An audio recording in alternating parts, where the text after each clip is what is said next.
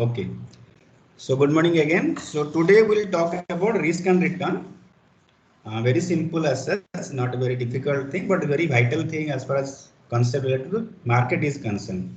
Because we invest in the market, in the stocks or debenture, bonds, any finance instrument for the purpose of return. Okay. A return is always an expected return. We expect such return, accordingly we choose an investment as such. Okay.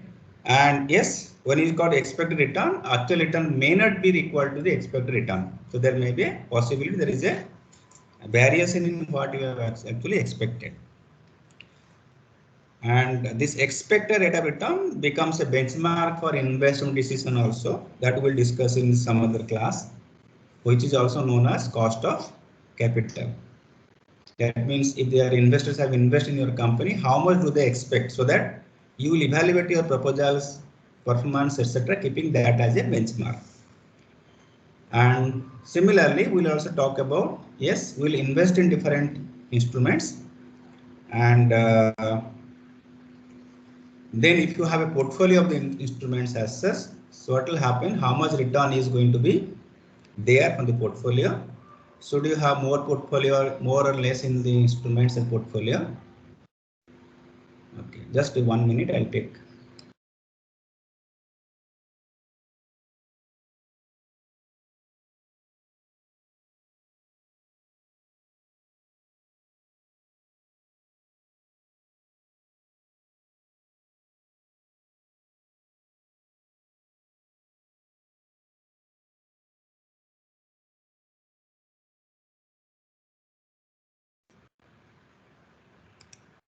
Okay, so I was talking about the portfolio. Portfolio means a combination of financial assets. So if you have portfolio, whether should have portfolio, what happens having portfolio, what should the how should portfolio be constructed. Some basic things we'll also discuss in this session.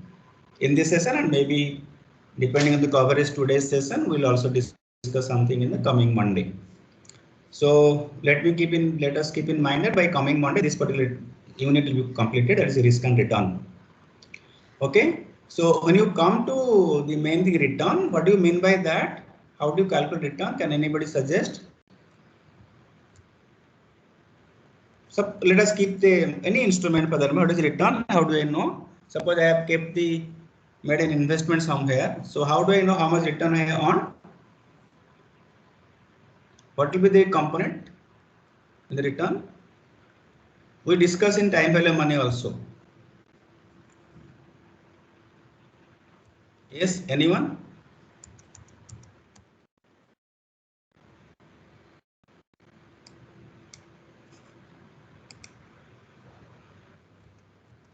No one is answering.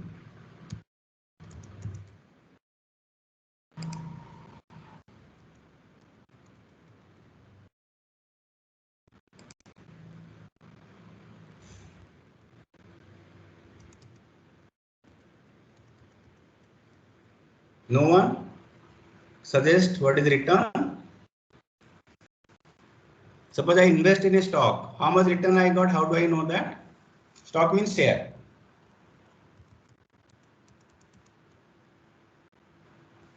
Are you listening? Are you there?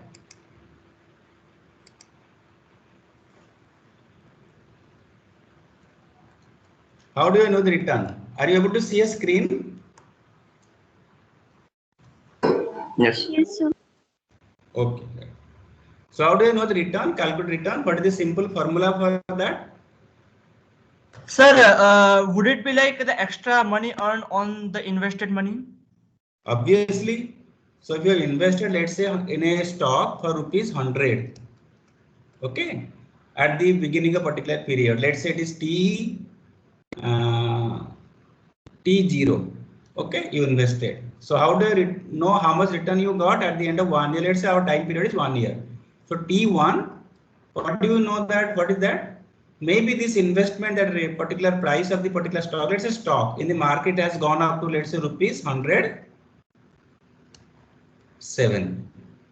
So if nothing else is there, how much return you have on? 7%.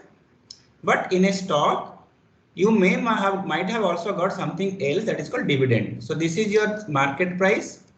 and then you might have got some dividend per share, let's say rupees 8. So how much return I got then? I got 8 rupees for dividend and 107 minus 100 as my capital gain. So this is dividend and this is capital gain.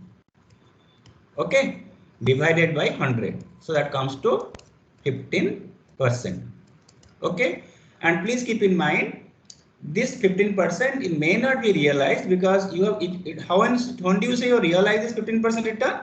Only when you have sold this share 107 rupees. If you have not sold it, it is a notional gain actually. Okay, so you can say if you sell the share at that point of 1, then you can know that yes, you have got 15%, including rupees 8 as dividend. So this is a very simple way of calculating return as such. Okay, then when it comes to average return, it is nothing but suppose you have got return for 1, I'm talking about stock 1, return for stock 2, return for stock 3, like that. What you do, take the average, that gives you the average rate of return. So if I got 15%, 18%, 20%, like that. So what is my average return? Arithmetic average. So 15 plus 18 plus 20 divided by 2. So it comes to how much? Divided by 3, sorry. So how much it comes to? Is it okay? The correct total? No, it is 53, right? It is 53%, correct? Divided by 3. So it comes to 17.67, right? I think. Okay. Now this is your return as far as arithmetic mean is concerned. But sometimes they say instead of arithmetic mean you should go by geometric mean return. So can anybody tell me what is the geometric mean return average? So 15 into 18 into 20 cube root. 15 into 18 into 20, then Cube root of this. Cube root. Okay. Bas, that is enough or something else should do?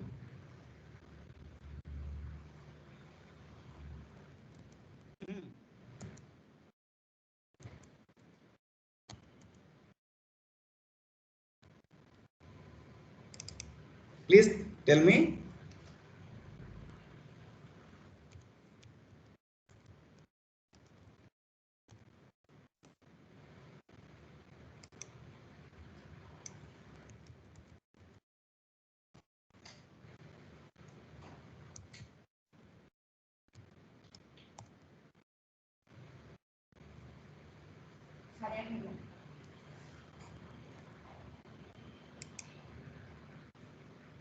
Yes, anyone?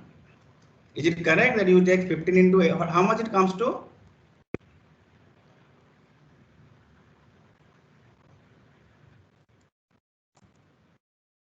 In geometric mean, we will not take this 15 into, we have to do 1.15 into 1.18 into 1.20, okay, to the power 1 by 3 minus 1. Can somebody tell me what is the answer? Use your calculator, let me know the answer. Sir, if we take it according to what he said, it comes to be 17.544. That is the formula actually, 18.54. You remember we talked about compounded annual growth rate, CAGR. How do you know that CAGR? Suppose 10 has become 21 in 5 years. How do you know that? So what do you do? We take 21 by 10 to the power 1 by 5 whole minus 1. Right? Same formula is also applied here, but here instead of taking the last one and the first one, we take all the values during a particular period and we then find a product of that, then take the root depending on the number of investments or number of observations, then whole minus 1. That is the formula here used. Arithmetic means simply 15 plus 18 by plus 20 divided by 3, whereas geometric mean will be taking the growth what is the value of the investment after 1 year. So it is a value of investment is 1.15. You have made invest 1 rupee, it becomes 1.15. So that is the way you have to calculate geometric mean as such. Okay. And in the interest of time, I'll suggest you to go read the literature, read the text about it. When should you use arithmetic mean? When should you use geometric mean? Okay. So because I have to cover so many things today, so I am just skipping that particular portion as such. Okay. So this is the way simply we find the return. And if you have got multiple years return, historical basis, these are all historical return. So based on historical return, you can find out the average return, either applying arithmetic mean or applying geometric mean as such. But there is also a debate which mean should be taken, arithmetic mean or geometric mean. So in that case, you have a formula by Bloom. So Bloom has given a formula that you can use that, so that you're taking something like average between arithmetic mean and geometric mean. We'll see that in one of the, I think it is there in one of the slides. Okay. So if I go to that, can you find out the arithmetic and geometric return? Should I do this one? This question number 16. I can do it for return actually. Then arithmetic geometric mean you can do. I can do the returns for let's say 2 years. So what is the return for year 2? Year 2 return is how much?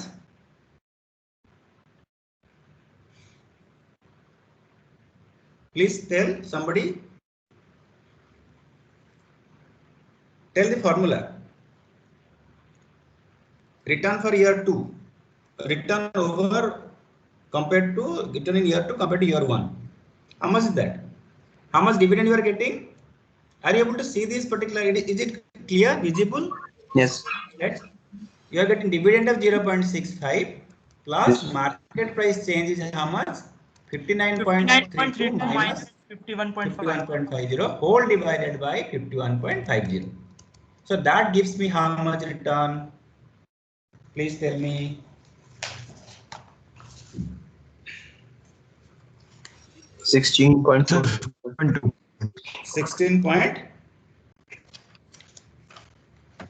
16.45%, correct? Yes. Similarly, somebody can do for year 3. Okay, like year 4. So like that, if somebody can tell me what is the year 4 return, 3 you can find out. Let's say year 4. What is the return? Quickly. What is your dividend for year 4? 0.77.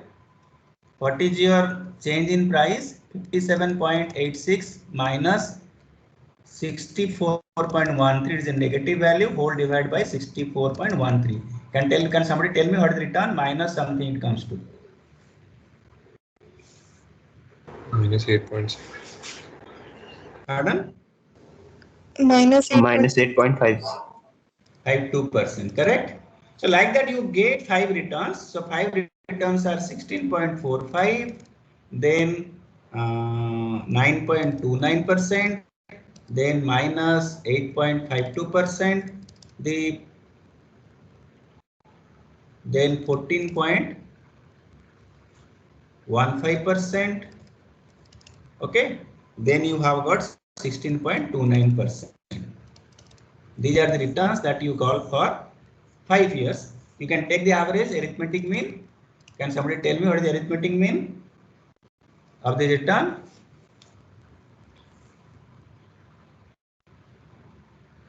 Yes, calculate. And geometric mean will be how much? How do I calculate geometric mean?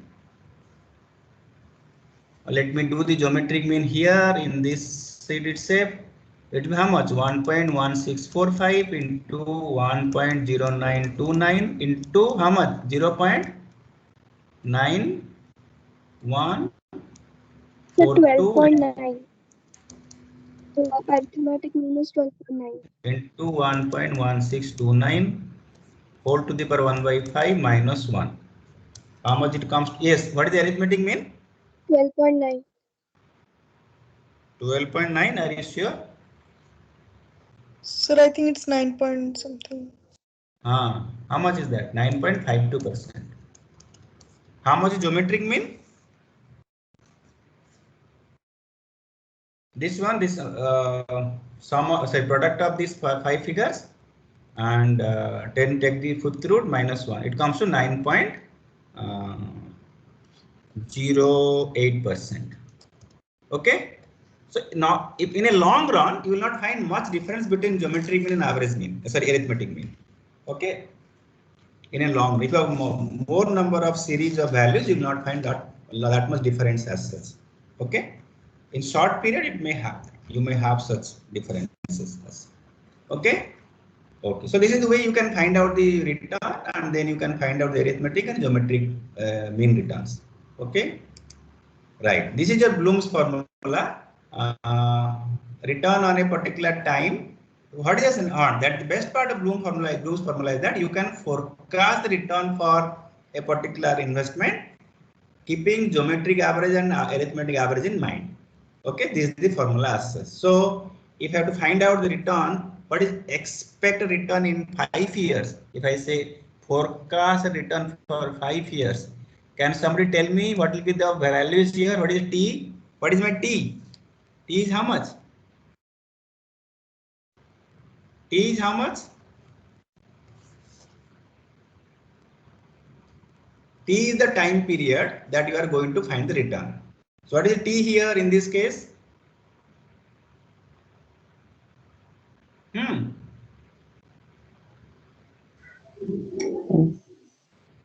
Pardon? 5. 5. It should not take so much time. So T is 5 because you are finding the return over 5-year period. 5 minus 1. What is my N? N is 40. N is how many years return you considered for finding arithmetic and geometric mean. So 40 minus 1 into geometric average is how much? 0. Or let's say 8.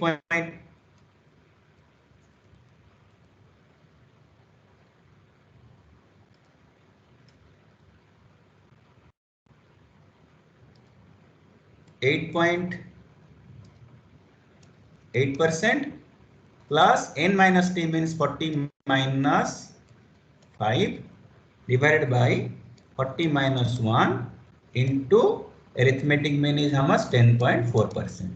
So can somebody tell me what the value? Similarly, I can find out the return for 10 year. That is how much? 10 minus 1 divided by 40 minus 1. This into 8.8% plus 40 minus 10 divided by 40 minus 1 into 10.4%. Okay, so please tell me what the value? I think it's 10.235. 10.23. 10.24 or something like this one? Yes. And how much is this one? 10.03%. Similarly, I can also do the value for 20th year, expected 20th year return. Okay. This is annual return. Okay. So how much it comes? If you do that same formula you apply, it comes to 9.82%. So like that. So this is the application of Bloom's formula for forecasting return based on the historical return, arithmetic as well as geometric average return. Okay. Any doubt?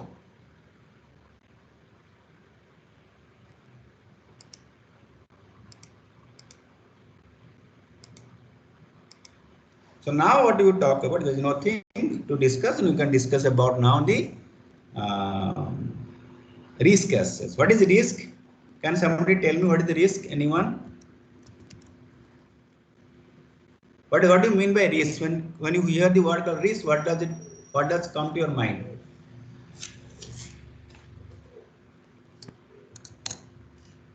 Just think about it. I'll take a 2 minutes break here. Just think about it. Make a note in your class. What is the risk that comes to mind? As a layman, as a ordinary, as an individual as such. When you say risk, what does it come to your mind?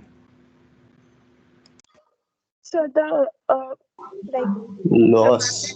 losing all the money we have invested or something like that. Just a minute. Please Take 2 minutes to jot down your point. Okay.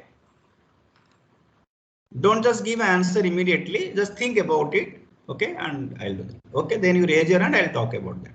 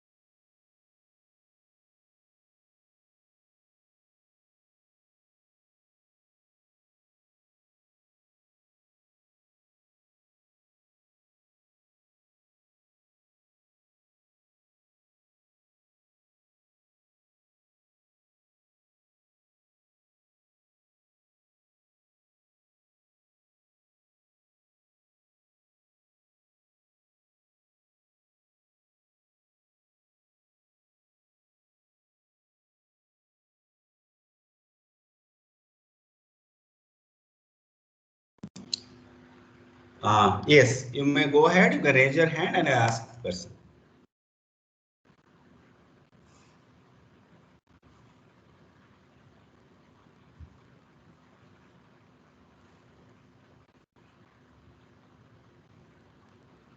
Yes, anyone who can raise the hand?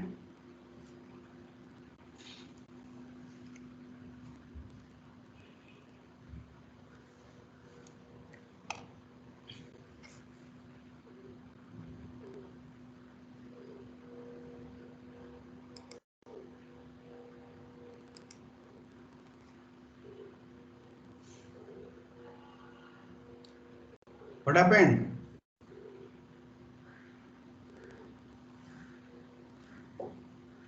Snehal Swadhin, what is your profile picture? Reopen IIT KGP. Okay.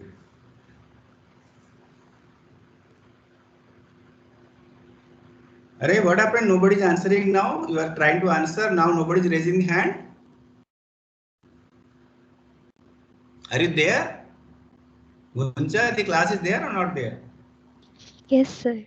They are there.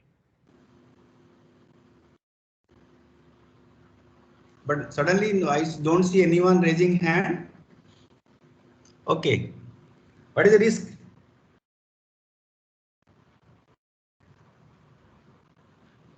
What is that comes to your mind when you say risk? Risk. Okay, I Maybe can that. see Okay, sir. Ramane, Tanaya. Yeah, Sir, please go ahead. Okay, just sir, a minute. Anyone else would like to raise a hand? Okay. Akshay is there. Okay, Tanaya, please go ahead. Sir, in payment terms, it is a sort of losing your money or going into loss, and like it can be considered as the probability that you would lose your money or you would go into loss. Okay. Probability or chance that you will lose your money. Okay, there is one more hand raised. But I forgot to notice the name. Yes, please go ahead. Akshay, yes. Yes, possibility of anything undesirable, like anything of bad happening, possibility of something bad happening. Okay. Yes. So from a layman's point of view, I'll say the chance that things can go wrong is the risk as such. The chance that things will go right or something very pleasant will happen, something good will happen is not a risk as such. We feel happy about it anyway.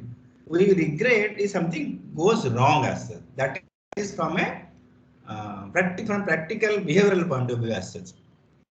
Okay.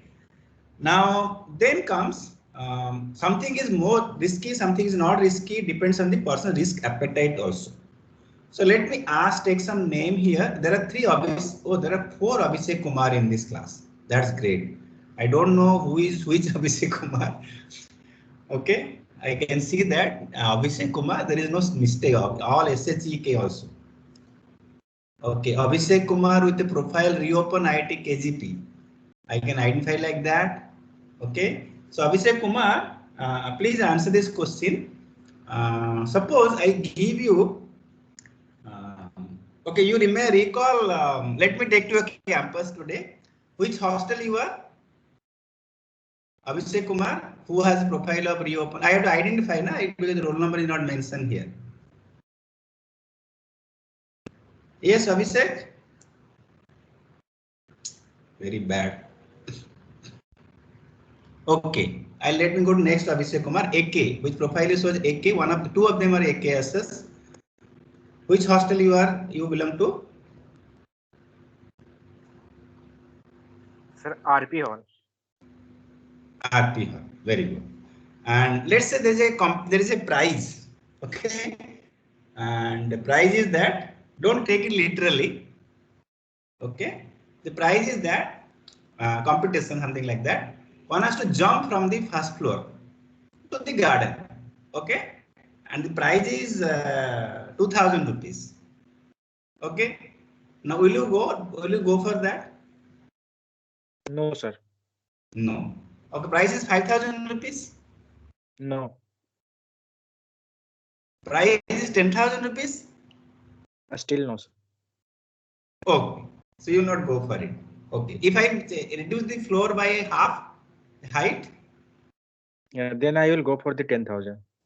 10,000 rupees. Okay, no problem. Let me go to the other Abhishek Kumar, which has a profile picture, photo is there. Yes. Yes, sir. Yes, sir. Yeah. Tell me.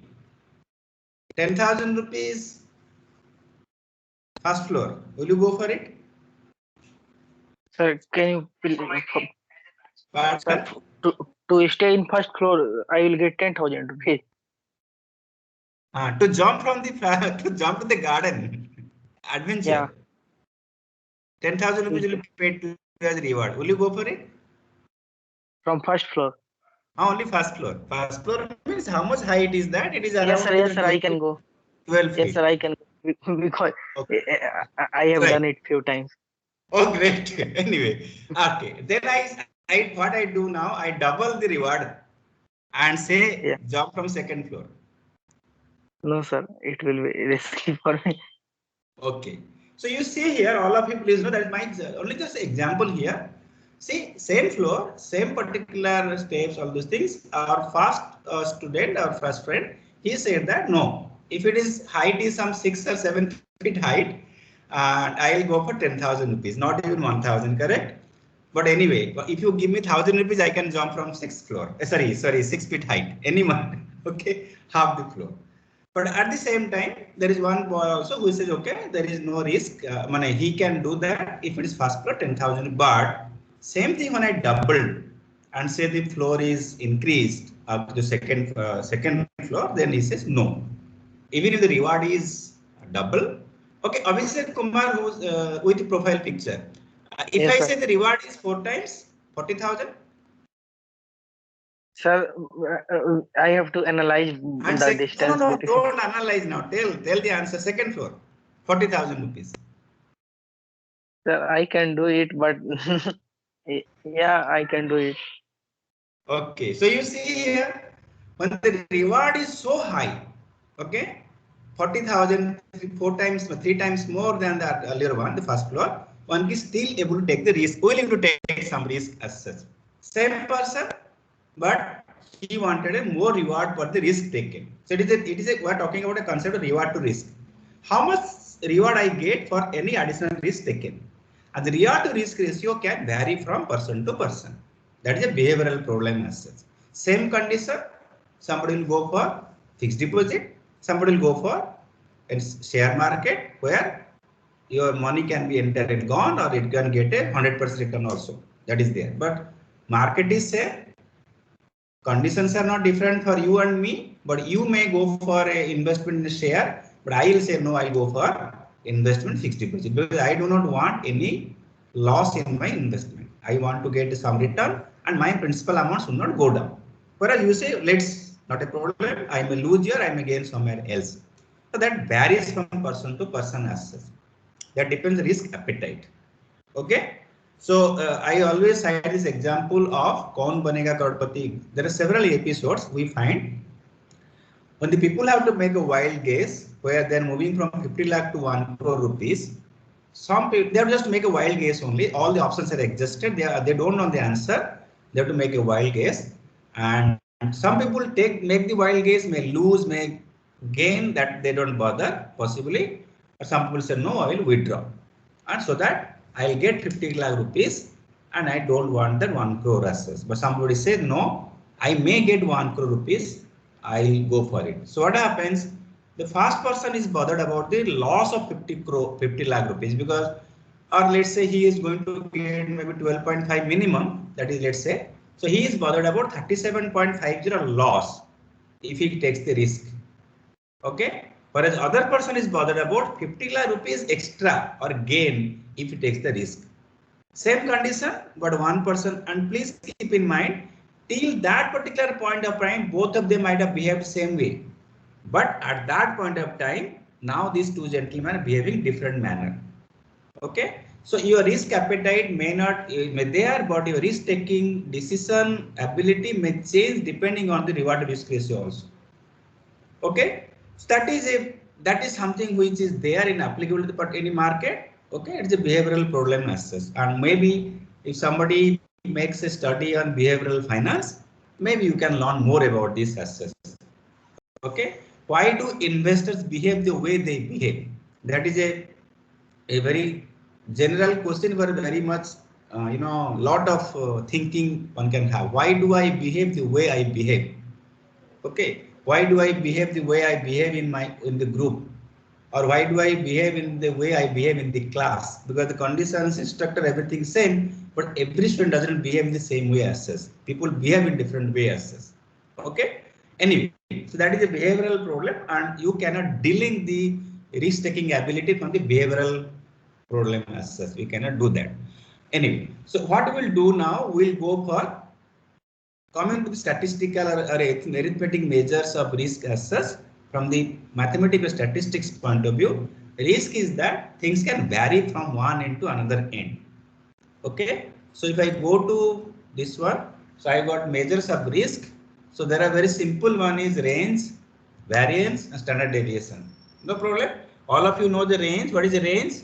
So if I say returns, the returns vary from, let's say, 15%, 10%, minus 8%, or minus 18. Okay, no problem. Minus 18%, 20%, 23%, and minus 5%. Can somebody tell me the range? What is the range Sir, here? max minus mean. Max minus mean. So max is how much? 23%? And mean is minus 18. Mean is minus 5%, minus 18, sorry, minus 18%. 41. So it comes to how much? 41%. So that is a very simple measure of what? Risk. So that means you can see that the return can vary within a 14 or 41% range. It can go to the maximum of 23%. It can also fall down to the extent of 18%. But the problem here is that this particular measure of risk, or the variance or the variation, not variance, variation does not capture all the values also. That is the problem with this particular approach. It only considers the two extreme values. It doesn't consider the rest of the value, because there are how many more values are left in between? Are another 4 values are there in the 6, but that is not covered. So that is not a very scientific manner. But still, if you have only 20 seconds in mind, 20 seconds to answer a question like this, you have no other option. You go for what?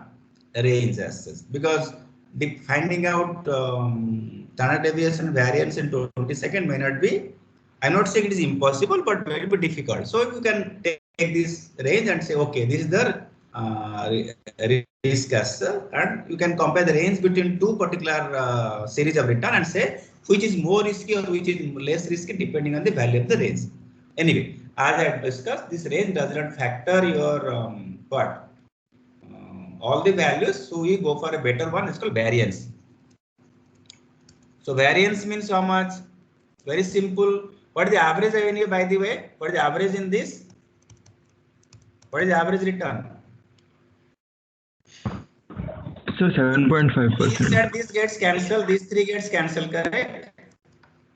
Was minus 18 plus 23 minus 5. So you what remains in total? 20 plus 10 plus 15. That comes 35, 45% divided by 6. Okay. Yes. How much you told?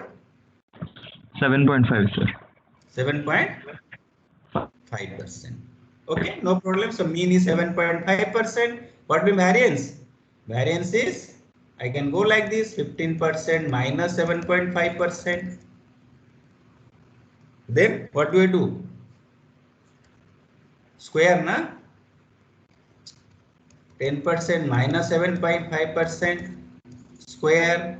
So like that I do, and then say minus 5% minus 7.5% to square. That is my variance. Okay. And then I get whatever. I have not calculated this, just and somebody can tell me the answer, nothing like it. But anyway, so you got some percentage here. That is your variance. And take the standard deviation will be how much? The square root of variance. Right?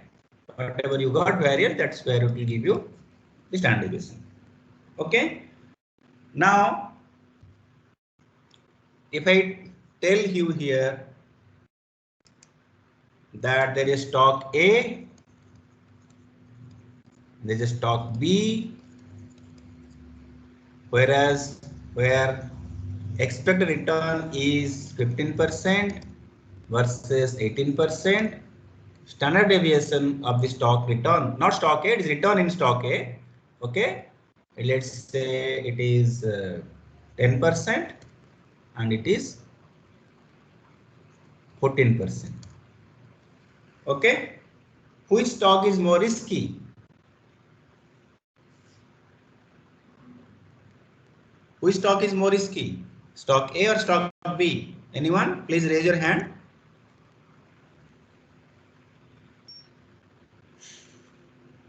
Yeah, Khushbu has raised hand. Okay. Okay, Khushbu, please go ahead. What is the answer?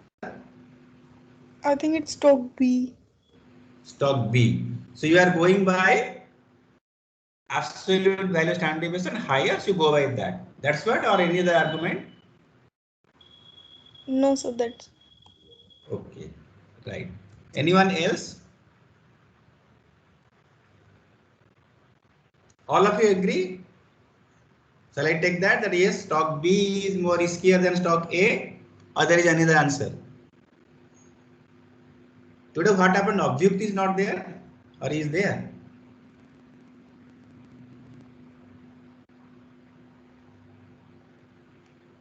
I don't see object. Okay. Anyone else? Gaurang? Are you there, Gaurang? Gaurang Kalrana, his name. Gaurang is also not there. Okay. No problem. Anyone else?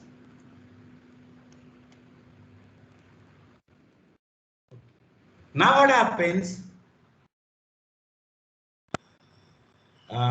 Comparing standard deviation looks like yes, 14% is more riskier than stock B. But what happens, you know, if you look at this, here you are having a risk of 10%. If you define the risk as standard deviation for an expected rate of return of 15%. Here you have 15% for expected return of 18%. Okay. So in that case, we go for something else. What is that? Can somebody tell me? We go for something called, when you have one of the variables, one of the points like either return or standard deviation vary, we go for a measure called coefficient of variation. Can somebody tell me what is coefficient of variation? Statistics, coefficient of variation is what? Coefficient of variation is standard deviation by mean. So how much is that in this case? Coefficient of variation for stock A, 10% upon 15%. You may still, maybe still Khushbu's answer may be correct also.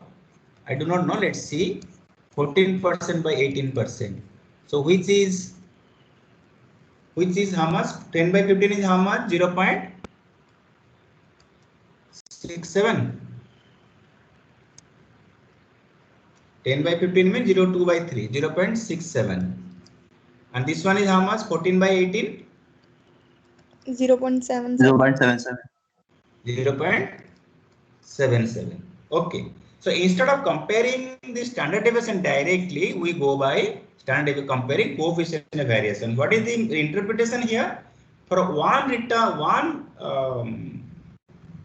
point of return, you have 0.67 point of risk. Whereas in the second case, for 1 point return, you have 0.77 points of risk assess. Okay. So coefficient of variation neutralizes the measure, like later you have got something in centimeter, something in inch. So no problem. You can have the average standard deviation in terms of centimeter and inch respectively. But when you do the coefficient variation, the centimeter or inch gets cancelled as such. So you can, that is better as such. Okay. So that's what the thing. So we'll go by this was actually more riskier for us. 0.77 more risky as such. Okay. If one of them is same, let's say return is 15 versus 15, no problem. And 10 versus 14 is standard deviation, no problem. So we can say, definitely we can say this is more risky because same return but more standard deviation. Similarly, standard deviation may be same. Let's say standard deviation is 12% and 12%, but return is, let's say, 18% and 15%. Which is more risky? First one or second one? Second one. Second one, because for same risk you are getting less return here, for the same risk you are getting more return here. Okay. So coefficient variation is something like risk to reward. Reward is return, risk is any standard deviation here. Okay. Any doubt? These are very simple things, but you apply them day to day life also. Any question and doubt at this point?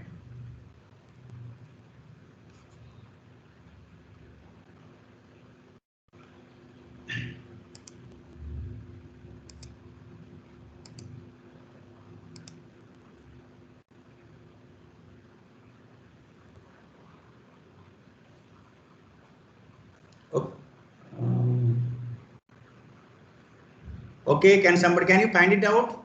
The variance, etc. Do it.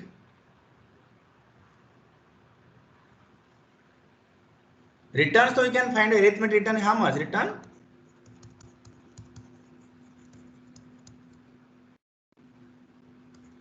How much for the first one? 15 plus 26 plus 7 minus 13 plus 11. How much it comes to? 9.2. Pardon? Yeah, 9.2. 9.20%. And stock Y? 21 plus 36 plus 13 minus 26 plus 15. 36, 26 gone, 10 remain, 31. 11.8%. 11.80%. Okay. And then you can find out the return standard deviation also, not a problem. Variance also you can find out, no problem. Just let me give some explanation here. So 15% minus 9.20% square plus 26% minus 9.20% square, like that you can find out and you get that, that's called the variance X. And similarly you can find out standard deviation X. We can do also in Excel. Okay, but I do not want to spend more time on that. It's very simple. Please try to solve on your own. Okay, try to do that, and that's good. In fact, okay, when you go for standard deviation, then you have to do something. It's a sample as such. So instead of dividing by 1 by n, we divide actually by 1 by n minus 1. N is how much here? What is n minus 1? What is n? N5. N is 5. So we'll take 5 minus 1. So why 5 minus 1? Why not 5? Please read the concept statistics where I talk about standard deviation of population versus standard deviation of sample. Okay. So that is, I'm just giving a hint and you can do that. But anyway, for our purpose, we'll take n minus 1, not n. Okay. For the standard deviation calculation here. So we'll use the sample standard deviation formula here. So that gives us the standard deviation I have already calculated. That comes to, in this case, it is 14.29%. Standard deviation Y is 22.97%. So tell me which is more risky? 9.20% return versus standard deviation 14.29, 11.80% return versus 22.97% standard deviation. Which is more risky? What is the coefficient of variation for this?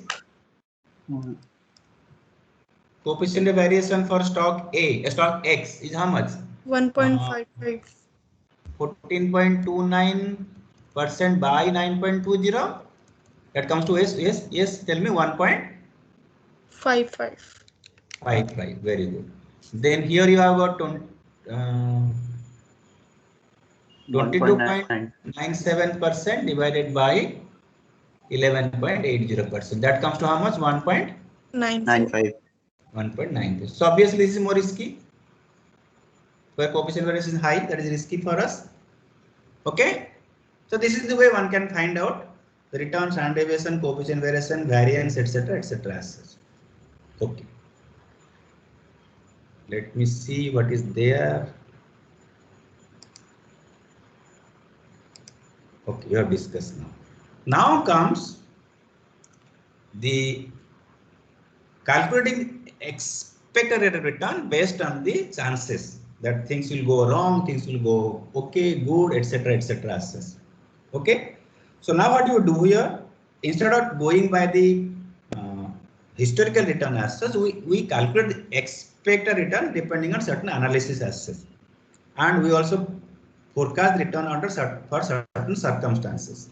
So if you look at this particular example here, exercise here, you have got three possible conditions happening in the economy, and you have got probability of that also. That is the most difficult part, to find out the different conditions of economy, expected condition economy, and the probability of that also.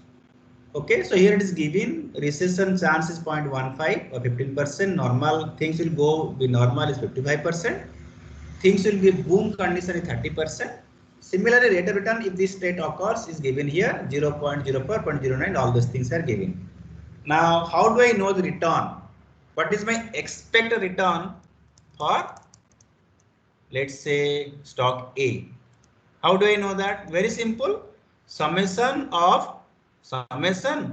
and the probability of the particular event into return of the particular event, summation of that. And here I is equal to 1 to n. Here n is 3. So very simple. So what is my expected A? It is how much? 0.15 into 0.04 plus 0.55 into 0.09 plus 0.30 into 0.17. Similarly, for stock B is how much? Stock B is how much then? 0.15 into minus 0.17 plus 0.55 into 0.12 plus 0.30 into 0.27. So can somebody tell me the values of these two figures? These two formal 0.106. Yes. 0.1065. Yes. So I can take 10.65%. How much is this one then?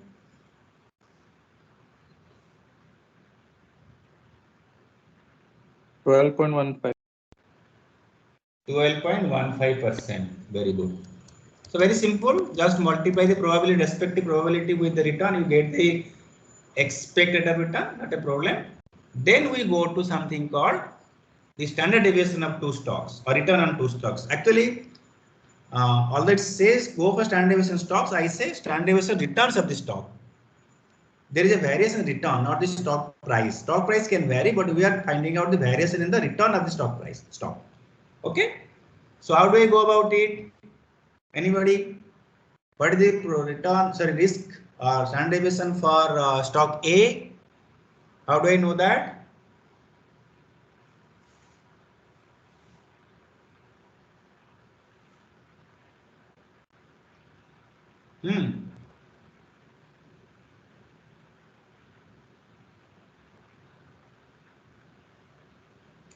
Yes.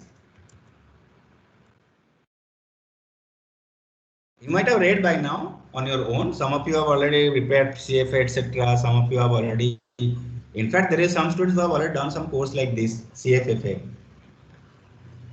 Yes, anyone? Please tell me, how do you go to find the standard deviation of stock A and B?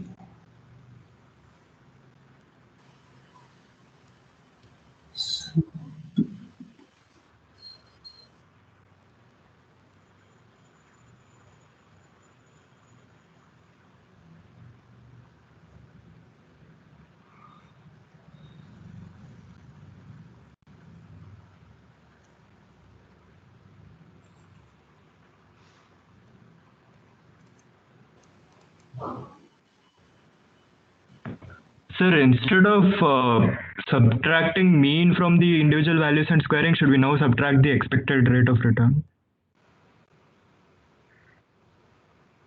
Pardon? So previously we were subtracting the average rate of return and then squaring and then doing a summation. So Yes. instead of that, we should now subtract the expected rate of return. Right. Should we do it? Expected return is the average actually. Yes, no doubt. Because what you did expected, you also only, what did you do? You did a weighted average, right? Yes, sir. Average. By the way, I have a question for you. Out of the any mean is weighted average. Any average weighted average. Please explain. Please elaborate. There is no simple average. There is always weighted average. The simple average is a misnomer. So the simple average has the same weights for each value. Yes, there is no simple average. It is simple to calculate. Actually, when you say simple average, you are assigning equal weight to all the outcomes, possible outcomes. Okay. So if it is 5 outcomes, you are giving 0.20 weight actually. You are giving 0.20 weight for each outcome. It becomes a weighted outcome, weighted average. There is no simple average. All average actually weighted average. Okay. Anyway, so yes, you are right that you will be taking that expected return as the mean, definitely. But what you do here, you also multiply the probability here. Again, in earlier case, you also multiply the probability. But since the weight was same, there is no point, there is no need to multiply that. But your weight is different. So what you do here, you multiply the weight means 0.15 into your, what is the return for the first one? 0.04 minus 0.1065 square. Similarly, what is that second one? 0.55, right? Is given into 0.09 minus 0.1065 to the power 2 plus, that is actually variance, not standard deviation, then plus 0.30 into 0.17 minus 0.1065 to the power 2. So can somebody tell me the value for this as well as for the second one? Let me. Yes, anyone?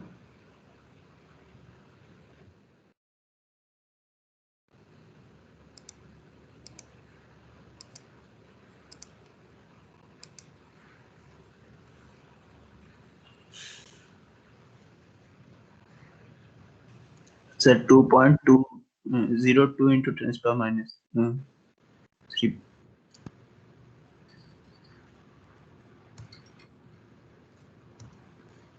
Yeah, how much? It is 0.2%. Yeah, it is 0.0020. It comes to 0.2. Whatever. We don't need that. Now what you do? What is my standard deviation then? Square root of this 0.00202. So what is that one? That value? Anyone? Please find out. 0.045. 0.045. So that comes to 4.5%. Okay. Same thing you do for the stock B. Okay. Same thing you do where you get standard deviation of variance of stock B is how much? You do that. Okay. I'm just giving you the answer here. You can do on your own. That comes to 0.151. Sorry, 0.013936. Okay. So, and that gives you standard deviation of B is how much? A square root of that. Can somebody tell me the square root of the 0.01936? And then tell the percentage also. 13.9. Yes, 13.92%. Okay. So again, you can also now find out which is more risky. Can somebody tell me which is more risky? B is more risky. B is risky. B is risky in terms of what? Okay, right. Here, if you look at 10.65% return, you have a risk of 4.5. Here, you have return of 12.15, a risk of 13.92. In fact, your risk is more than a return itself in the value comparison, absolute value. So obviously, it is more risky. So this is the way one can find out the variance and standard deviation of return to talk about the risk in the asset based on the probability, based on the probable outcomes. Okay. Sure.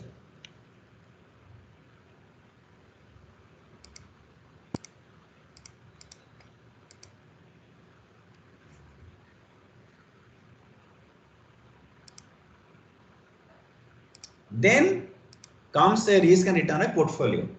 Portfolio means you are going for, let's say, 2 stocks or 3 stocks. How do you know the return is how much as such? Okay. Right. So if I say I have a portfolio of financial assets, why do we go for portfolio, by the way? Why do you go for a portfolio? Portfolio is nothing but combination of financial assets. Actually, portfolio generic mean is combination of assets, not necessarily financial assets. It can be anything. I can have portfolio of land, building, some shares, some fixed deposit, a vehicle, some antique properties, some paints for the purpose of investment. If I require, I can sell them also. I can have portfolio like that. There are investors who also invest in antique properties also, and they will look for a gain from there, right? They'll go for auction, buy those antique properties, items, etc. Like some people go for collecting items of World War II or World War I. Something was used, something was found out from the war side, and it has been auctioned, and they have got it. And their intention is not to hold it; their intention is to sell it later. Some people go for paintings of, let's say, M.F. Hussain. They have a collection like that. That is also for investment purposes. So I have portfolio of arts, I have portfolio of crafts, I have portfolio of idols for that matter. Okay, old idols for that matter. Those things also can be there as portfolio. But in this case, for the purpose of this particular subject, we are looking at portfolio as a combination of financial assets. The point is that why should I go for financial combination? I can always go for one single asset. Okay. What is the purpose of going for combination of financial assets? Sir, to distribute the risk. Distribute the risk. So what happens? If something, there is a variation possible, the return, this value may go up or come down. Maybe something may go down, but some other asset may go up. So I'll go for it so that I don't lose all the money. So they say, a popular saying is what? Do not put all dash into one basket. What is that popular saying? What is the dash here? Fill in the blanks. Anyone? Eggs. Eggs. Eggs. Very good. Do not put all eggs into one basket. Okay. So that the basket falls, you lose all the eggs. So rather you keep in multiple baskets. So you'll say one basket will fall, at least other baskets say you can consume the eggs also. Similarly, do not keep your money in one investment. You try to have alternative, more than one investment avenue, so that if there is a chance, there is something happens wrong, something wrong happens in one asset, and maybe some other asset may be safe for you. That is the expectation. It is also quite possible entire market may crash and your all the financial assets may go down. That is also possible. But we are not talking about that. We are saying yes, some of the assets may go down, some of the assets may go up. Okay. Now I have a simple question for you. if I have got an asset, one asset as such, okay, which has got some return, risk, etc. I will calculate in the based on average, standard deviation, etc. If I have to diversify and say that I reduce the risk as such, I will go for investing another asset, okay, and tell me what should be the relationship between these two stocks, two investments. I hope you got my question. I am saying that at present I have put all my money in stock A, right? I know the stock A goes down, I lose. Stock A goes up, I gain. But somebody said that don't do that mistake. You rather go and let's say you take 50% stock A and keep that money in stock B. Okay. What should the stock be as a relationship with stock A? Statistical relationship I'm talking about. I'm not giving any other. I told statistical relationship. You tell me what is meant by statistical relationship.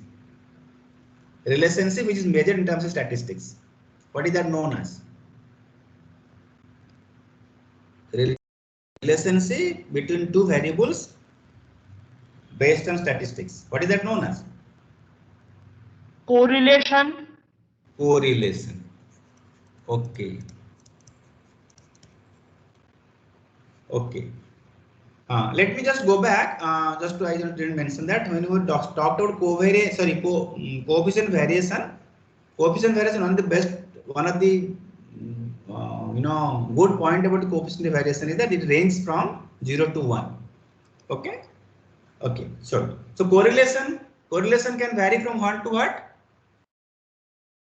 -1. -1 to +1. Okay. -1 to +1.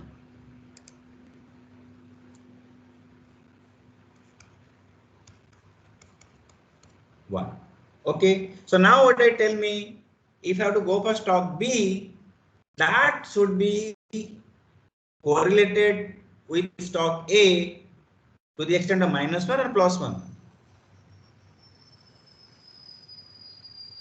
-1. Pardon? Minus. Not clear what you're saying.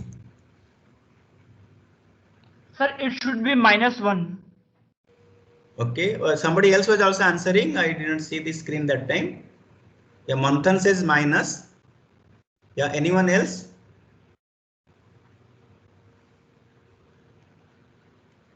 Let me do some cold calling. Rajesh, Malula Rajesh, what do you say? M Rajesh.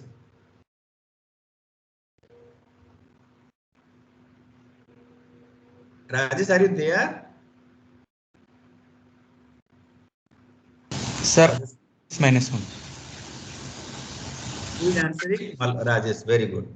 Nirmal, what do you say? Nirmal Kumawat?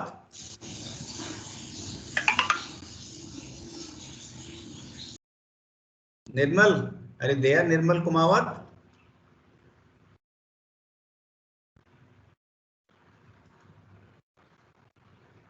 Okay, no, Nirmal is not there. Samay Patel?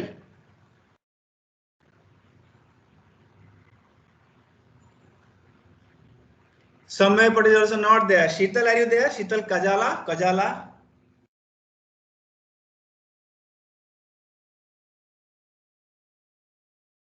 Sheetal is also not there. What happened? All of you vanished? Shivani Huda.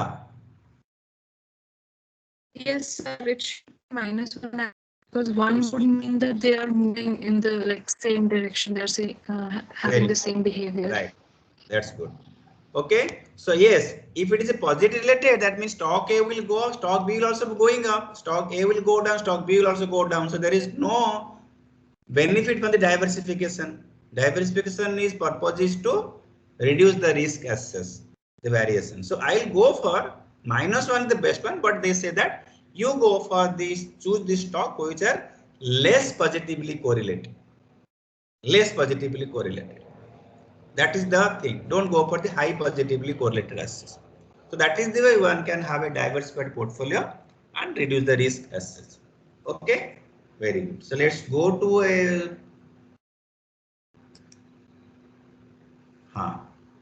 Now you can find out this one.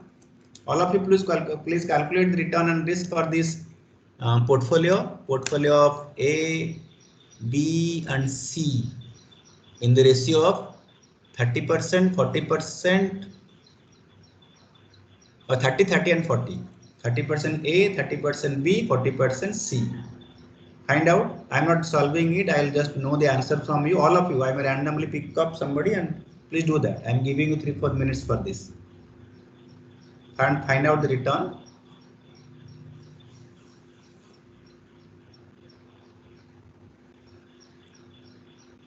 On the portfolio. Then also find out the standard deviation of portfolio.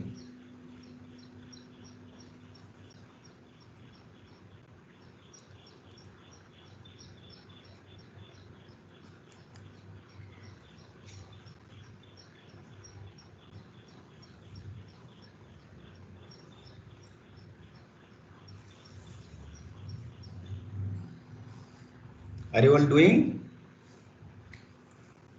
Yes, sir. Yeah, please go ahead. Yeah, let's.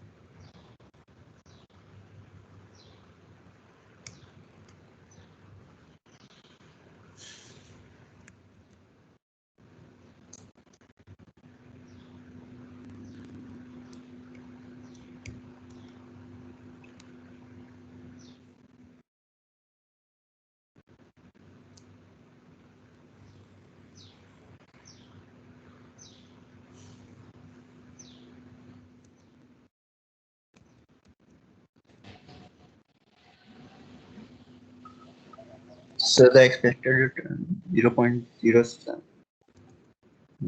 7.07%. Yeah, Prakhar, what you are saying? Expected is how much? 7.07%. 7.07%.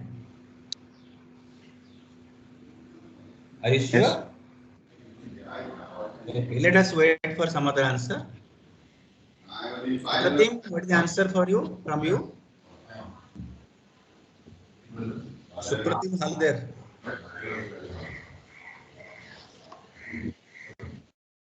Supratim, are you there? I can see the background noise. I can. Supratim, are you leaving?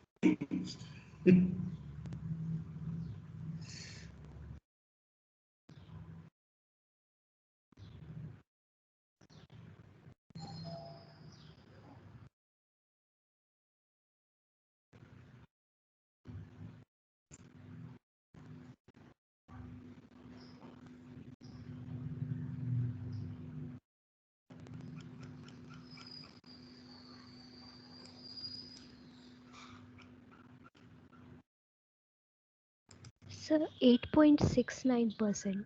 8.69%. Okay. So Prakhar, will you change your answer? Did you do any mistake? Because you got two figures now.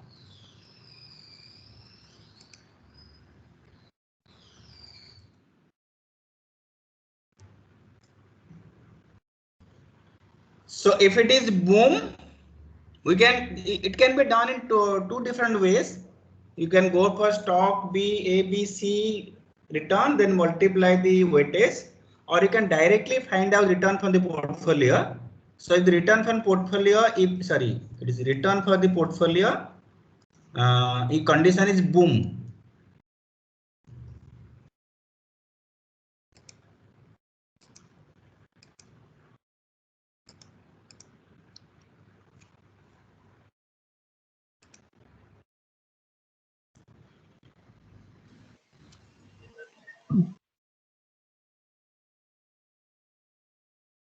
Return from the portfolio if the condition is boom.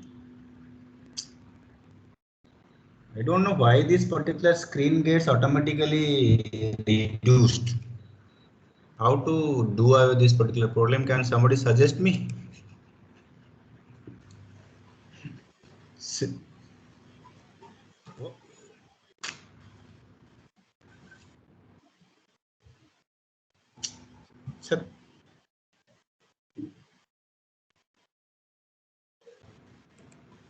Yeah, can somebody tell me what are the values?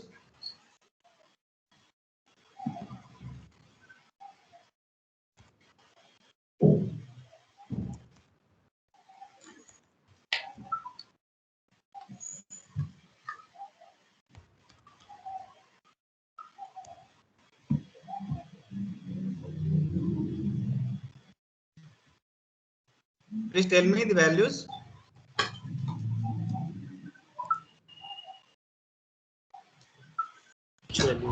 Oh, sorry. Just a minute.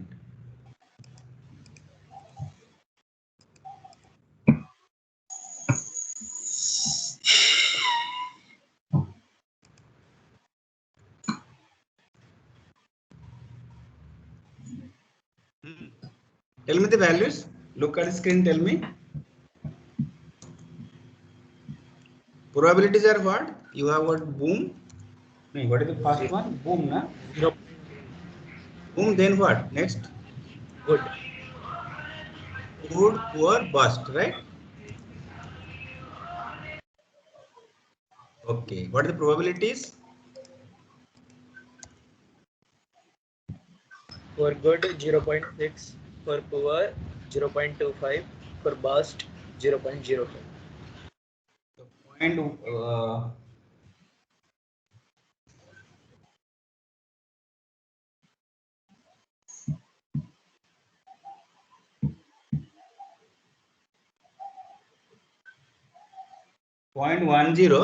Okay, next one is how much? 0.25. 0.6. Point 6. Okay, next one. 0.25. Next one. 0.05. Okay, very good. Returns are how much?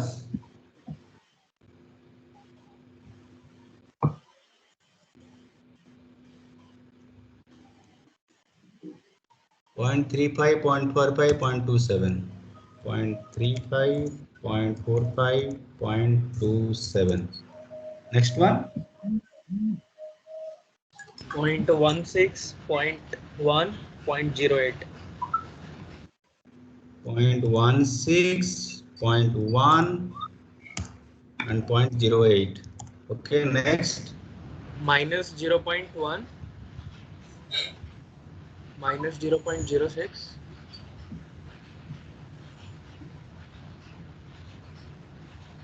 and minus or plus? Minus 0.04, right? Yes. Then bust. Minus 0.12, 20 and 9. Minus 0.12, minus 0.2 and minus 0.9.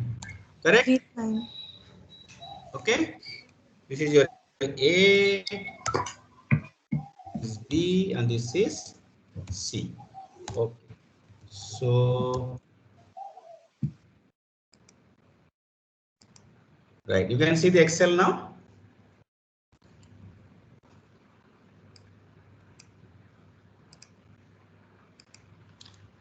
So how do I go about that? And your weights are how much? Weights are 0.30, 0.40, 0.30. A and C 0.30, B 0.40. A and C 0.3, this is 0.4 and 0.3. Very good. So return is what? this into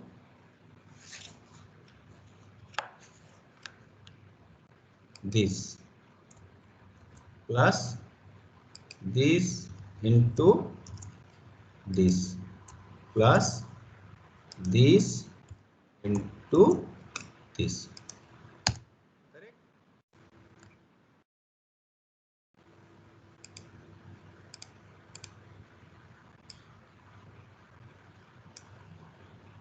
Then what is my average return? No problem. There is a formula in sum product in Excel.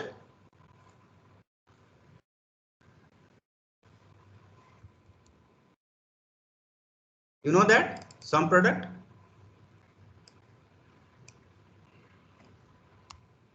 I hope that is working.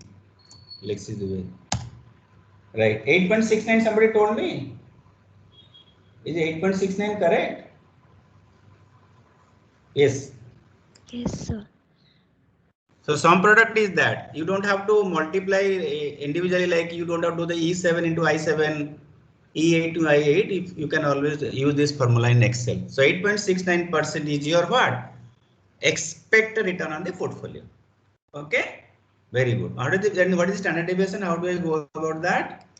Standard deviation is how much? I'll go to variance. So probability into return from that particular possibility, boom, minus average return. Let me freeze it. Okay, to the power how much? 2, na? Yes. Right. So I hope I do like this. It should take up. Yes. So what is the variance then? The variance is how much? Summation. And use auto sum also. So what is my standard deviation? Square root this. Okay. So this is your variance of portfolio.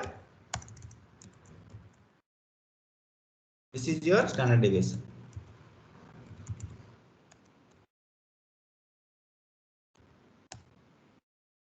Right? So this is the way one can find out the portfolio risk and return assets. Okay? And there is also another approach. Now if you look at, of course your weights are assigned, etc. has been given, A, B, C weights are given, the 0.3, 0.4, 0.3 is given, and according to that. Okay, but if you let us recall our discussion, if you want to diversify the risk, you will go for a portfolio of stocks or investments where returns are less positively correlated. That means if the correlation between the returns of different investments is high, risk is going to be high. The correlation is low, risk is going to be low. And also keep in mind the expected rate of return is also likely to be also low. The risk and return has a positive relationship, they don't have inverse relationship. More the risk, more the return, less the risk, less expected rate of return. Actually not return, we'll say less expected rate of return. Okay, so then we go to the portfolio diversification where we have the correlation between the stocks, etc. Actually it is called variance and covariance. So risk of particular portfolio depends on two things. One is the risk of the individual investment, and then how do they co-vary with each other as far as a pair of investment is concerned. That means either two investments are there, let's talk investment A and B. In that case, the risk of the stock A will be factored, risk of stock B will also factored, and then the covariance between stock A and stock B also factored. Similarly, if the 3-stock portfolio, that means what do you require for a 2-stock portfolio? What are the parameters that you require? Can somebody tell me how many parameters required if the 2-stock portfolio?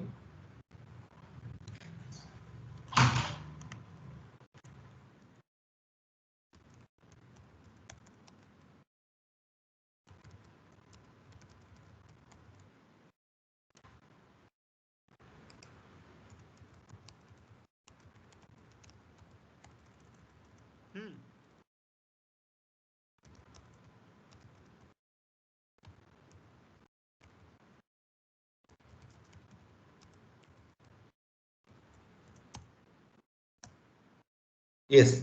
How many parameters are required? You remember that what I talked about individual variance and how do they co-vary with each other?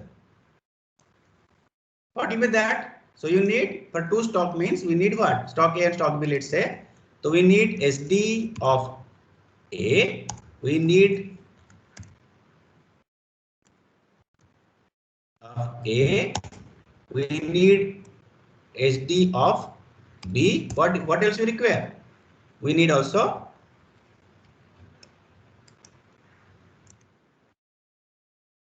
covariance between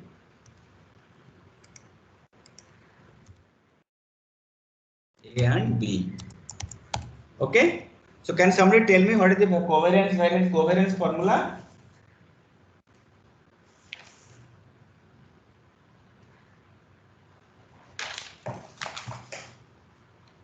What is the covariance formula?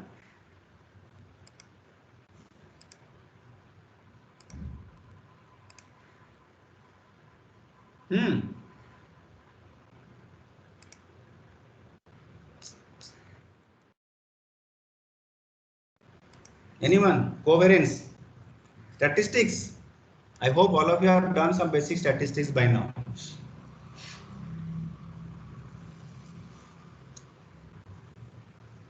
Covariance depends on, again, how do they covary with each other, right? It depends on the correlation coefficient. Correlation, standard deviation of A and B, correlation between A and B as such. Okay. So if I can share.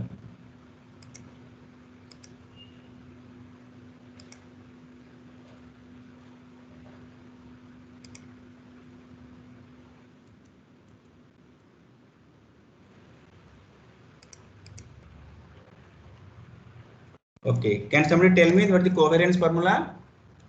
Sorry.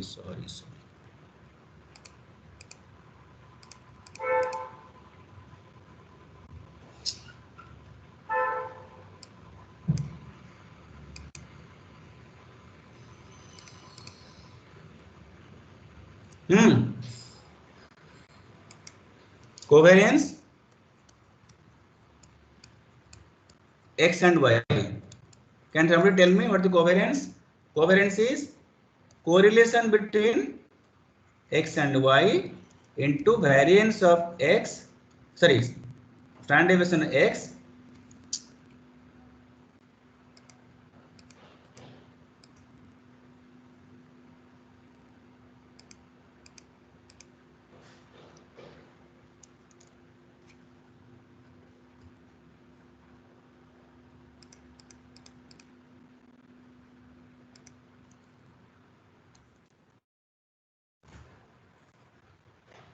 This whiteboard is creating so much problem for me. You will remember for me for that name. The automatic gets zoomed. I really don't understand why it is happening.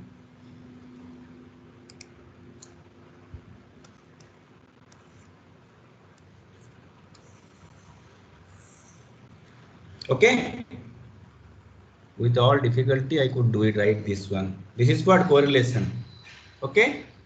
Now tell me, what are the things I require for my portfolio standard deviation? I require standard deviation X, I require standard deviation Y, I require also correlation. This is also known as covariance. Okay, right. So how do I go about? The generic portfolio variation formula is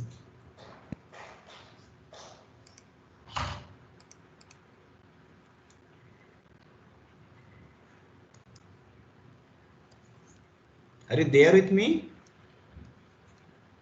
Yes, sir. The generic formula is double summation I is equal to 1 up to n, double summation j is equal to 1 up to n, weight of I into weight of j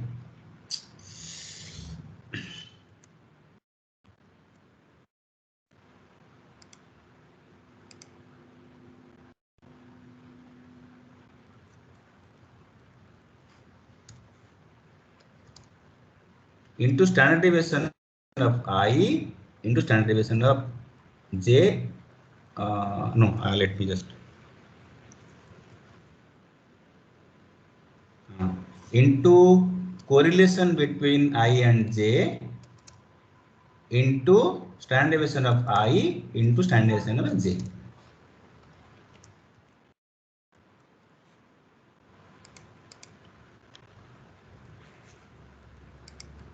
Okay, right. Now tell me what happens finally in the twos. Can somebody, what if suppose a two stock portfolio?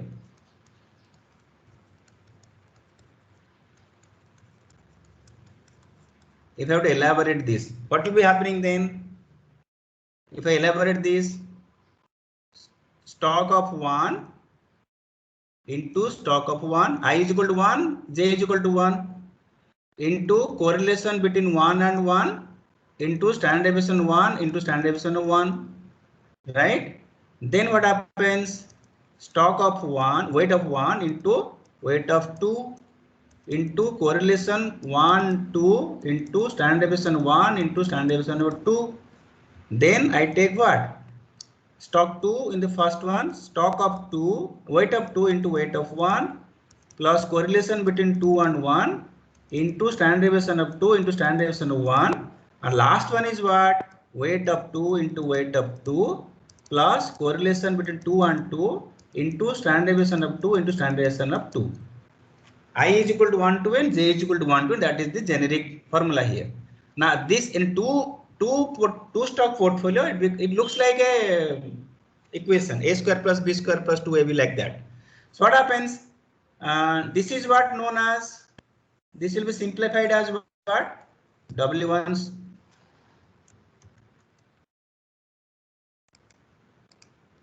This will be simplified as W1's.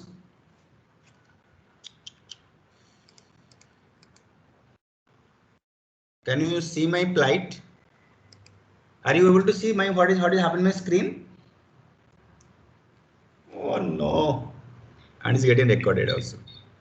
Sir. Can somebody sympathize with me?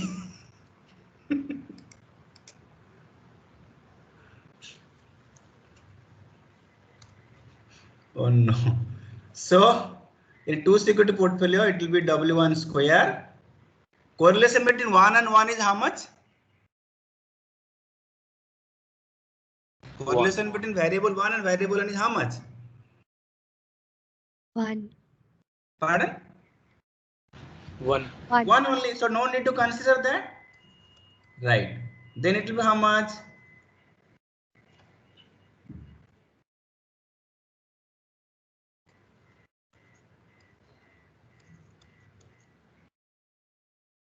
I don't know how did I touch something? It gets don't know.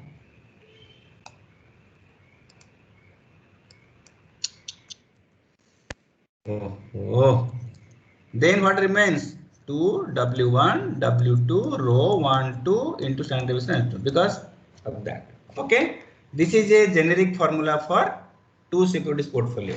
Suppose you have got 5, 10, 11 like that stocks, then you have like that you can do assess. So the conclusion is that portfolio risk depends upon the individual risk and the covariance between the pair of stocks also. Both the things will factor. So can somebody tell me, if I have got 4 stock portfolio, how many parameters are required besides the weight? How many parameters are required?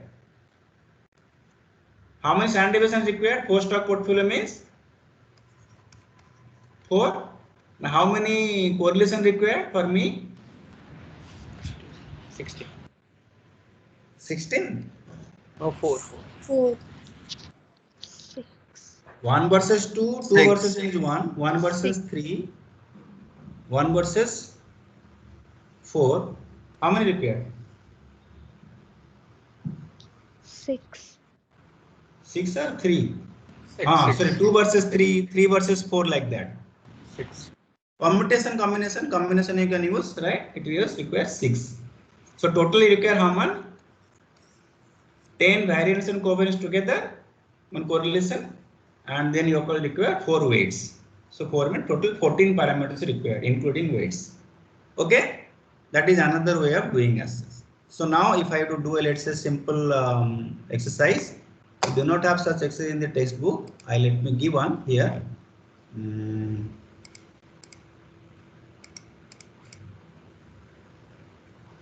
So I pray that there is no disturbance in the writing.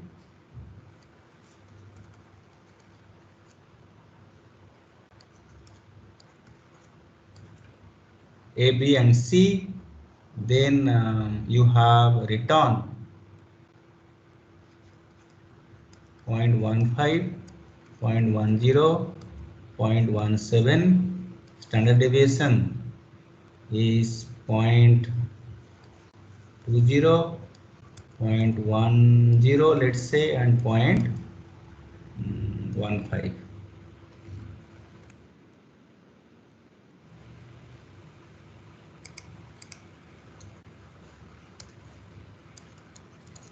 Okay, then you require what? Correlation matrix. Correlation AB is equal to 0.8. Correlation BC is equal to 0.7, and correlation C and A is equal to, let's say, 0.9. Okay, so and then weights are, let's say, weights.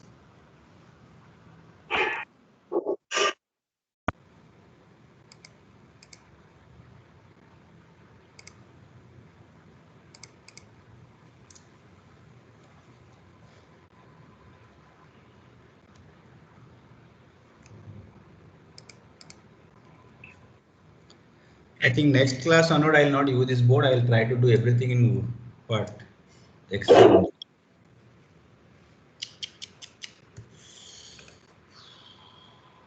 Life is so simple.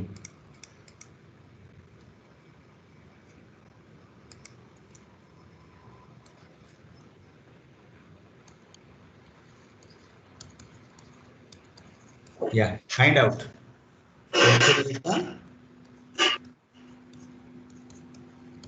And standard deviation portfolio. By the way, that formula gave you variance, the one I'm talking about. This is variance. You take the square root, it gives you the standard deviation. Yeah, all of you please try doing this.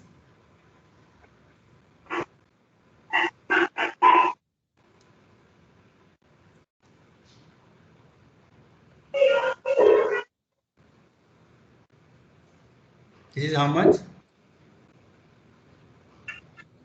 0.30 into 0.15 plus 0.40 into 0.10 plus 0.30 into 0.17. How much it comes to? 4.5, 4, 8.5 and 5.1. So 13.1, that's a 13.6. 13.6 correct, na? Yes, sir. Yes, sir, it's correct. Okay. Standard deviation portfolio, how do I go about?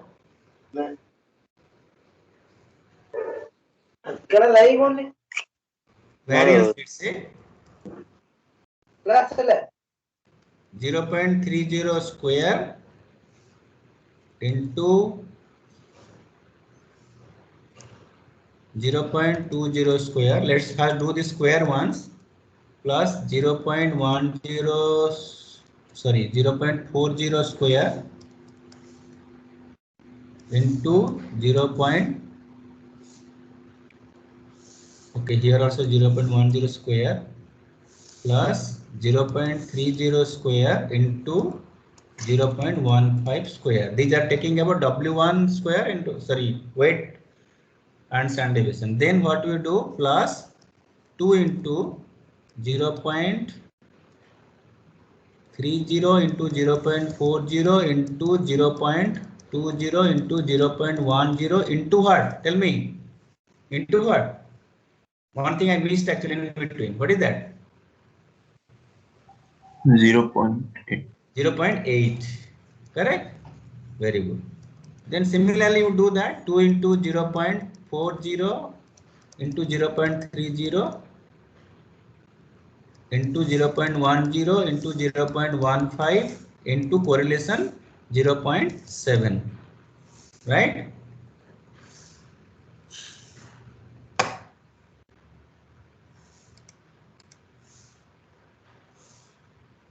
Then what do I do? Plus 2 into 0.30 into 0.30 into 0.15 into 0.20 into correlation 0.9. Okay, so this will give you what? Variance of portfolio, right? And whatever you get, I am not going to do that now. Whatever you get the variance of portfolio. Take the square root, it gives the transaction of portfolio. So it is easy to do that for a 2 securities portfolio like this. 2 securities, 3 securities manually, but if it's about 20-30 stocks are there, then doing manually is next to impossible. So you can take the help of some portfolio variance package or some program or some macro also you can write. You can do that in Excel also, or you have ready-made apps are there, or ready-made Excel files are there where you can put the input and get the answer also. But manually is not easy to do as such. Imagine if you have got 100 stocks, how do you know the portfolio return? How many things you require? How many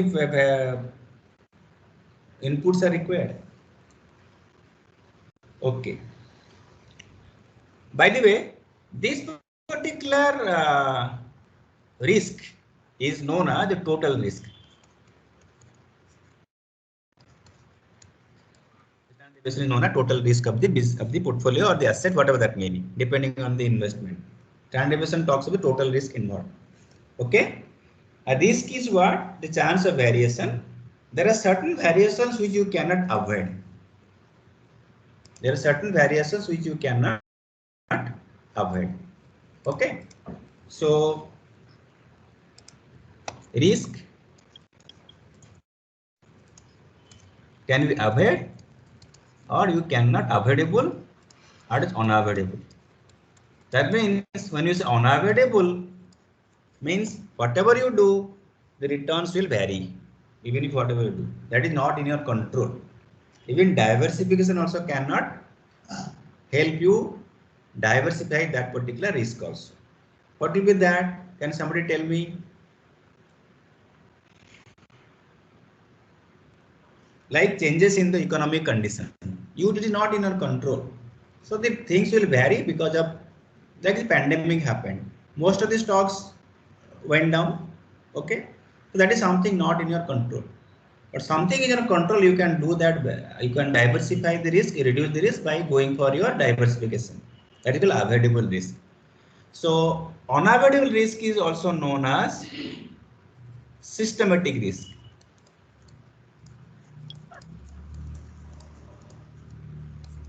Avoidable risk is known as unsystematic risk. So your portfolio diversification can reduce unsystematic risk, but not systematic risk. Okay, you cannot avoid that, right? Now, if I tell you, let me go back to statistics again. If the correlation coefficient between two variables is 0.8, okay, right? And let's say variable is x and y. Y is dependent and x is independent. Okay. Now, my question is that how much of the variation in y is explained by R means correlation here, or rho? We can say, okay, let me do rho here, rho x and y. Okay. So how much of the variation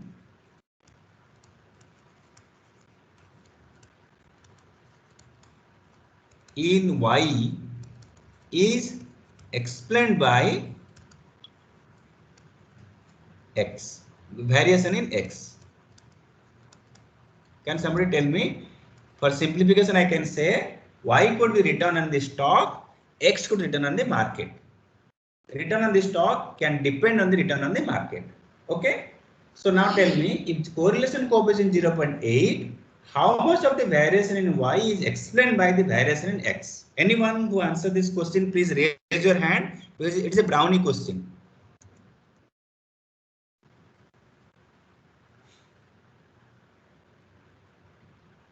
Please raise your hand.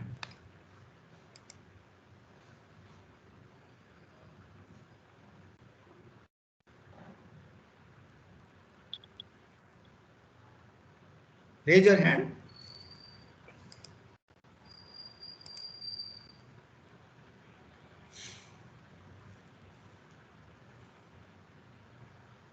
Anyone?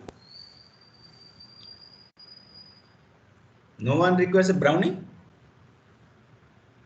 64%. Pardon? 64%. 64%. Okay, so you are taking, who is answering this, by the way? I don't notice the name. Who is it is? Who answered? Others. Adarsh Kumar. Okay. 64%. Okay. That means you took square of 0.8. That's you did? Yes, sir. 0.8 square. 0.64. Okay. And this is known as what? Square of r square. R square is known as what? Sir, It's known as coefficient what? of determinant. Very good. Coefficient of determination.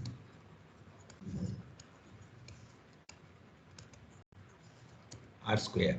So it's nothing but a correlation square of the correlation. Okay.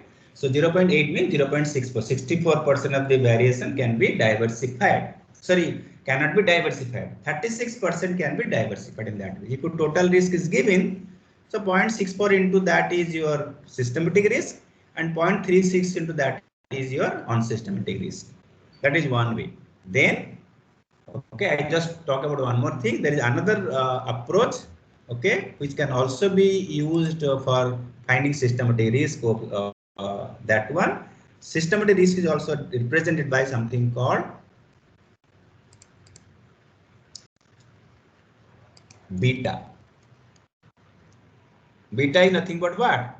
Regression coefficient between X and Y. Let's say X and Y, so between regression between X and Y. But we are defining that, let's say YX means regression between Y and X, where X is dependent, independent, Y is dependent, Y on X.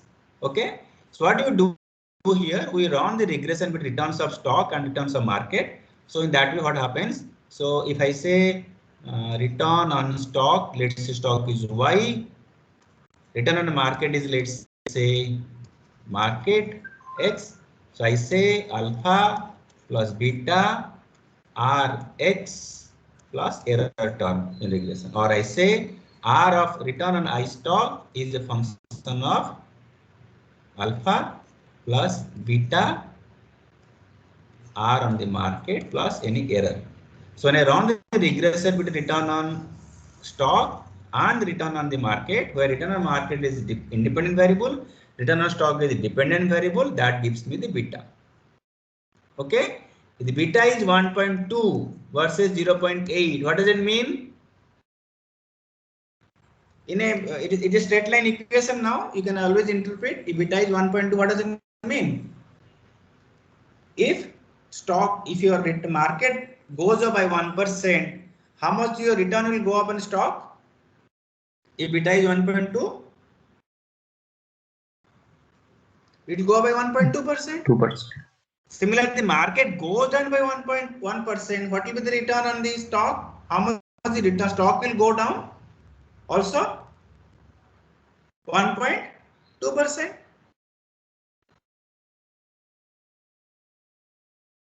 Market goes up by 1%, your stock will go up by 0.8%.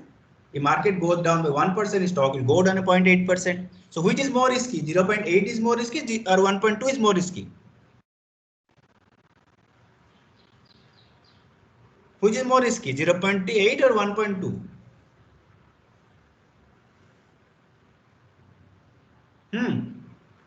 Anyone?